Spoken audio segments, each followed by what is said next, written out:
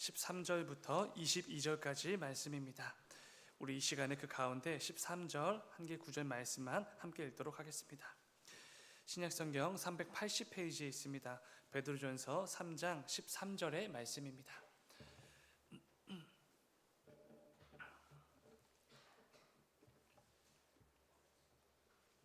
다 찾으신 줄 믿고 우리 본문 말씀 한 목소리로 함께 읽겠습니다. 시작. 또 너희가 열심으로 선을 행하면 누가 너희를 해하리요. 아멘. 아멘. 잠시 기도하겠습니다. 사랑하는 주님, 아버지, 이 새벽도 우리를 깨워주시고 또 주 앞에 나와 이 예배로 또 말씀과 찬양과 기도로 하루를 시작하게 하시니 주여 진정으로 감사를 드립니다. 아버지, 오늘 하루도 우리 각자에게 허락해 주신 그 귀하고 복된 하루의 삶 가운데 무엇보다 우리에게 허락해 주신 하나님의 말씀을 붙들고 나아가는 우리 모두가 될 수 있도록 아버지 인도하여 주시옵소서.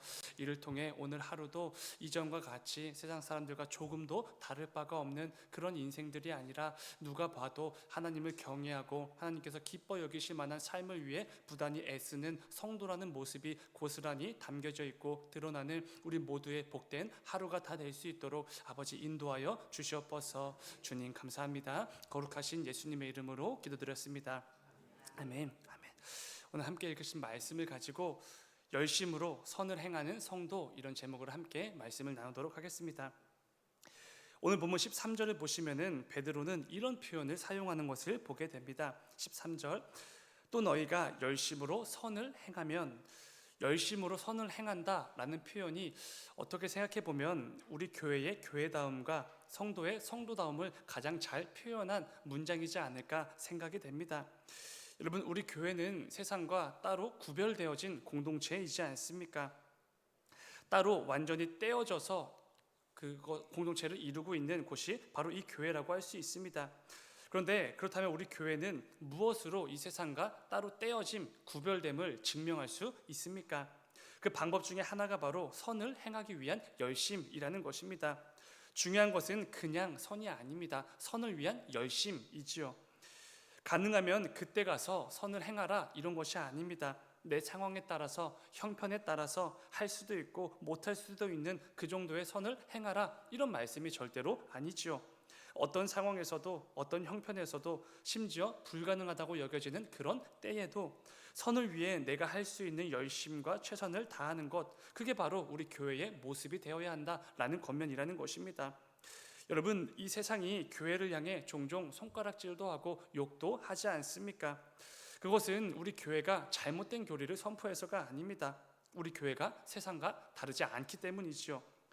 이 세상은 그래도 우리 교회를 향한 나름대로의 그 기대와 기준을 가지고 있습니다. 그래도 교회라면, 그래도 교회 다니는 성도라면 이 정도는 돼야지, 이 정도는 해야지 라는 그 기대와 기준이 있는 것이지요. 그렇기에 때로는 우리 교회를 욕하는 것도 맞지요. 그런데 이 세상과 교회가 다르질 않습니다. 때로는 더 악하고 때로는 더 불법적인 경우도 많이 보게 됩니다. 세상 사람들과 성도의 말이 하나도 다르질 않습니다. 성도의 표현 방식과 성도의 행동과 선택이 세상 사람들의 표현 방식과 행동과 선택과 조금도 다르질 않는 것이죠. 그래서 우리 교회는 종종 세상으로부터 손가락질을 받게 됩니다. 그렇기에 우리 교회는 그 가운데 전혀 다른 차원의 선함을 보여줄 수 있어야 되는 것입니다.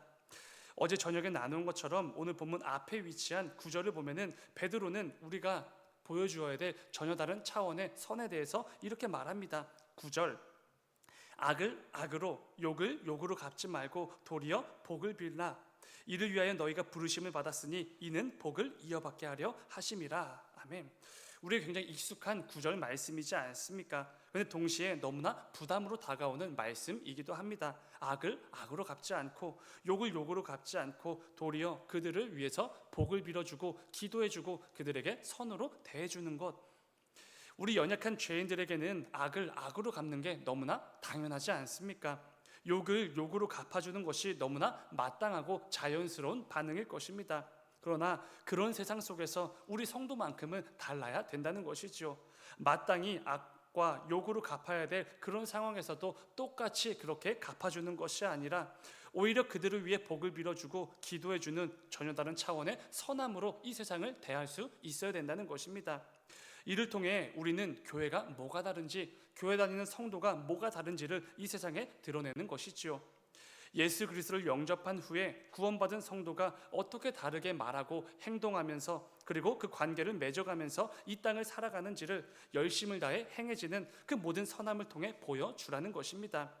사랑하는 여러분, 우리 성도는 세상 사람들보다 조금 더 착한 그 정도에 만족하면 절대로 안 됩니다. 세상 사람들보다 조금 더 도덕적으로 한 번이라도 더 판단하고 행동하는 그 정도에 만족하면 절대로 안 되는 사람들인 것이지요. 하나님의 살아계심과 예수 그리스도의 사랑을 믿지 않는 그 세상 사람들도 할 수 있는 그 정도를 위해 하나님께서 우리를 창세전부터 구별하시고 택하시고 부르신 게 절대로 아니기 때문에 그렇습니다. 본문에서 베드로가 말하는 것처럼 반드시 이 선을 행하기 위한 적극적인 열심을 가지고 살아가는 사람들, 그게 바로 우리 성도들이라는 것이지요. 그런데 베드로가 오늘 본문에서 사용한 이 열심이라는 단어가 사실 굉장히 과격하고 과감하고 파괴적인 단어라는 것입니다. 헬라어로 젤로테스라는 단어인데 다들 한 번쯤은 들어보셨을 것입니다.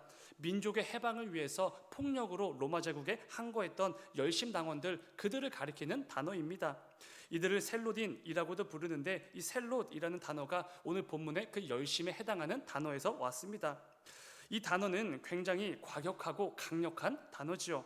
가벼운 느낌의 열심이 아닙니다. 조금 열심을 다해서 땀을 조금 흘리는 그 정도의 열심이 아니라는 것이지요. 열광자, 목적을 위해서, 그 목적을 이루기 위해서 마치 무언가에 미친 것처럼 보이는 그 정도의 표현의 단어가 사용되었다는 것입니다.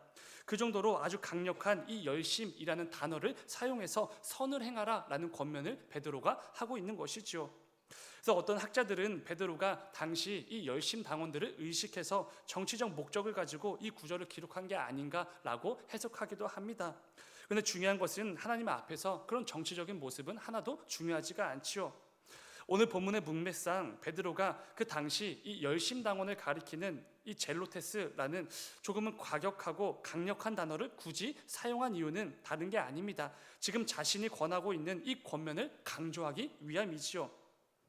성도는 선한 일을 위해 열심을 다해야 됩니다 라는 이 권면을 혹시라도 가볍게 여기게 될까봐, 가벼운 정도의 열심으로 받아들이게 될까봐 아주 강력한 단어를 사용하면서까지 강력한 선포를 해주고 있는 것입니다. 여러분, 성도라면 선을 위한 열광자가 되어야 됩니다. 선한 행실을 위해 내가 할 수 있는 적극적인 열심과 최선을 다해야 됩니다. 그게 마땅합니다 라는 강력한 권면을 주는 것이지요. 예수 그리스도를 영접한 후에 구원받은 성도가 된 하나님의 백성이라면 선을 행하기 위해 그 누구보다 내가 할 수 있는 최선과 열심을 다하는 것이 마땅하다는 것을 강력하게 강조해 주고 있는 것입니다. 사랑하는 여러분, 우리 모두는 하나님께서 창세 전부터 택하시고 때가 되었을 때 성도로 부르신 성도들이지 않습니까? 무엇보다 하나님께서는 우리 모두에게 선을 위한 열심이라는 사명을 담아 주셨습니다. 그 모든 사명들이 저와 여러분들의 삶 속에 담겨져 있는 것이지요. 그렇기에 저와 여러분의 삶 속에는 반드시 이 선한 행실을 위한 적극적인 자세와 모습이 꼭 필요하다는 것을 깨달으셔야 됩니다. 가능하면 하고 상황에 따라서, 형편에 따라서 함께 있는 그 관계, 그 사람에 따라서 행하기도 하고 행하지 않을 때도 있는 그런 선함, 그 정도가 절대로 아닙니다. 어떤 상황에서도 반드시 이 선함을 행하는 적극적인 열심이 우리에게 필요한 것이지요. 오늘 말씀을 기억하시면서 내 삶 속에서 크든지 작든지 내가 행할 수 있는 그 선한 일들을 고민해 보시고 그 선함을 행하기 위해서 적극적으로 열심을 다하는 오늘 하루가 되시기를 주님의 이름으로 축원을 드립니다. 계속해서 나눠볼 부분은 베드로는 선을 위해 열심을 다하는 이 성도들을 그 누구도 그 무엇도 해할 수 없다라는 권면을 이어가고 있다는 것입니다. 그런데 여러분, 이 권면 조금 이상한 표현이지 않습니까? 왜냐하면 지금 이 베드로전서라는 편지를 받아 읽고 있는 베드로전서의 1차 수신자들은 로마로부터 극심한 핍박에 시달리고 있는 상황이기 때문에 그렇습니다. 누가 봐도 로마로부터 해를 당하고 있는 것이지 않습니까? 그럼에도 베드로는 선을 행하는 성도라면 그 누구도 해하지 못할 것이다 라는 권면을 하고 있다는 것이죠. 성도들이 직면한 상황과 조금 맞지 않는 뭔가 애매해 보이는 그런 권면처럼 보이기도 합니다. 그런데 이것은 베드로가 말하는 해가 단지 우리의 육체의 해가 아니기 때문에 당연히 할 수 있는 권면이었습니다. 이 땅에서 우리 성도들이 겪게 되어지는 그 육체적인 해에 해당하는 권면이 아니기 때문이라는 것이지요. 오늘 본문 13절은 또라는 접속사로 시작이 되지 않습니까? 그렇게 13절 말씀을 온전히 이해하려면 그 앞에 12절과 함께 읽어야 됩니다. 앞에 12절을 읽어보면 이렇습니다. 12절, 주의 눈은 의인을 향하시고 그의 귀는 의인의 간구에 기울이시되 주의 얼굴은 악행하는 자들을 대하시느니라 하였느니라. 이 말씀과 13절을 함께 읽게 되면 이렇게 됩니다. 하나님의 눈은 늘 우리 성도들을 향하시는 것이고 하나님의 귀는 늘 우리 성도들의 간구에 기울이신다라는 말씀이 되는 것이지요. 그렇기 때문에 그 무엇도 세상에 그 누구도 하나님을 경외하고 하나님께서 기뻐 여기실 만한 삶을 위해 부단히 애쓰는 그 성도들의 삶을 해할 수 없다라는 권면을 담대하게 할 수 있는 것이지요. 중요한 것은 앞서 나눈 것처럼 이것은 이 세상에서 아무런 해도 당하지 않을 것이다 라는 권면은 아니라는 것입니다.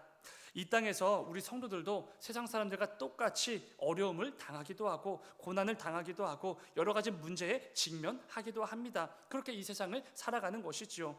그런데 중요한 것은 이 세상 사람들과 우리 성도는 궁극적으로 마주하게 될 결과가 완전히 다르다는 것입니다. 우리 성도는 비록 이 땅에서 똑같이 해를 입기도 하고 온갖 고난과 문제에 종종 직면하기도 합니다. 그런데 그 끝은 완전히 다르지요. 우리 모두를 향한 하나님의 그 구원의 완성을 보게 될 것이고 그분의 놀랍고 풍성한 그 사랑과 은혜가 가득히 주어지는 그 놀라운 결과를 마주하게 되는 것입니다. 그 누구도 그 무엇도 우리 성도를 향한 하나님의 그 구원하심과 사랑과 은혜를 해할 수가 없기 때문에 그렇습니다. 무엇보다 신실하신 하나님께서 우리 모든 성도들에게 약속해 주신 것이기에 우리 성도의 결국은 어쩔 수 없이 영광과 존귀의 면류관일 수밖에 없는 것이지요. 그 누구도 이것을 빼앗을 수 없다는 것입니다. 베드로는 성도들이 마주하게 될 이 영원한 결과에 대한 확신을 가지고 담대하게 이 권면을 하는 것입니다. 우리 성도는 이 땅에서 그 어떤 해도 입지 않을 것입니다 라는 말도 안 되는 그리고 놀라운 이 권면을 담대하게 선포할 수 있었던 것이지요. 중요한 것은 우리 역시 그 확신과 그 믿음을 가지고 이 땅을 살아가는 성도들이지 않습니까? 대적들의 공격과 사람들의 비방, 온갖 억울함 속에서 고백했던 다윗의 시편을 한번 보시기 바랍니다. 시편 3편 6절의 말씀입니다.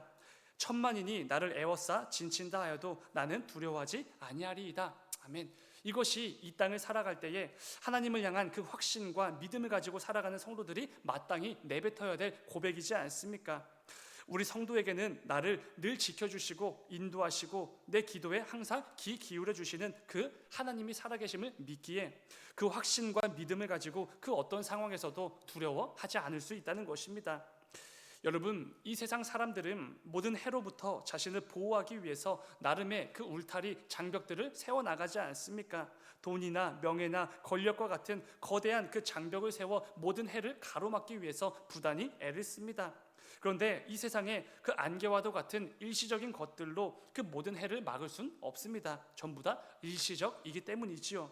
무엇보다 하나님을 경외하지 않는 자들이 마주하게 될 그 영원한 죽음이라는 그 영원한 해로부터 절대로 벗어나거나 자유로울 수 없습니다. 이사야서 말씀을 같이 읽으면 좋을 것 같습니다. 이사야서 31장 3절의 말씀입니다. 시작. 애굽은 사람이요 신이 아니며 말들은 육체요 영이 아니라 여호와께서 그의 손을 펴시면 돕는 자도 넘어지며 도움을 받는 자도 엎드러져서 다 함께 멸망하리라. 아멘. 영원할 것 같은 그 거대하고 큰 힘을 가진 애굽도 한낱 인생에 불과한 존재라는 것입니다. 그들이 보유한 그 강력한 말들도 때가 되면 죽고 썩어 없어질 것에 불과한 것이지요. 하나님께서 그 손을 펴시기만 하면 그 모든 것들이, 그 모든 세상의 위험과 세상의 장벽들이 쓸모가 없어지게 됩니다. 전부 다 넘어지고 엎드러져서 언젠가는 멸망할 뿐이지요. 그렇기에 오늘 베드로의 권면처럼 그 하나님께서 우리 성도들을 보호하시고 지키시고 인도하시기에 세상 그 누구도 그 무엇도 우리 성도들의 삶을 해할 수가 없다라는 것입니다. 그렇게 우리는 이 선을 행하기 위해서 더 적극적으로 살아가야 되지 않겠습니까? 내가 할 수 있는 최선을 다하고 부단히 열심을 애를 써야 되는 것이지요. 하나님께서는 그런 자들을 보호하시고 약속해 주신다고 말씀해 주셨기 때문에 그렇습니다. 베드로의 겉면처럼 우리가 선을 위해 열심을 다할 때 우리는 하나님으로 인해 그 모든 해로부터 자유롭고 벗어날 수 있게 되기 때문입니다.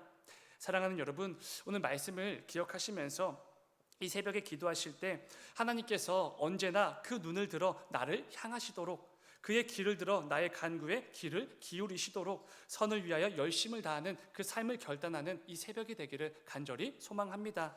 이를 통해 오늘 하루도 앞으로 이어질 모든 신앙의 여정 속에서도 하나님께서 기뻐 여기실 만한 그 모습으로 가득한 저와 여러분의 삶이 되시기를 주님의 이름으로 축원을 드립니다. 잠시 기도하겠습니다. 사랑하는 주님, 이 악한 시대 속에서 교회가 이 세상과 뭐가 다른지, 우리 성도가 세상 사람들과 어떻게 구별되는지를 늘 고민하며 살아가는 우리가 되기를 원합니다. 아무나 행할 수 있는 그 정도의 선이 아니라 예수 그리스도를 영접하고 구원받은 성도만이 보여줄 수 있는 그 선을 위해 열심을 다하는 우리 모두가 될 수 있도록 아버지 인도하여 주시옵소서. 이 새벽에도 우리를 지키시고 인도하시는 하나님의 살아계심을 믿고 적극적으로 선을 행하며 살아가는 삶을 결단하는 모든 기도자들을 기억하여 주시고 성령의 충만함으로 이 땅에서 선한 영향력을 마음껏 끼치며 살아가는 모든 새벽 기도자들 될 수 있도록 주님 인도하여 주시옵소서. 오늘 하루도 이 말씀을 붙들고 말 한마디를 통해서도 작은 행동, 작은 시선 하나를 통해서도 그래도 성도가 다르다는 것을 마음껏 드러내는 우리의 모든 복된 하루가 될 수 있도록 주님 인도하여 주시옵소서. 주님 감사합니다. 거룩하신 예수님의 이름으로 기도드렸습니다. 아멘. 아멘.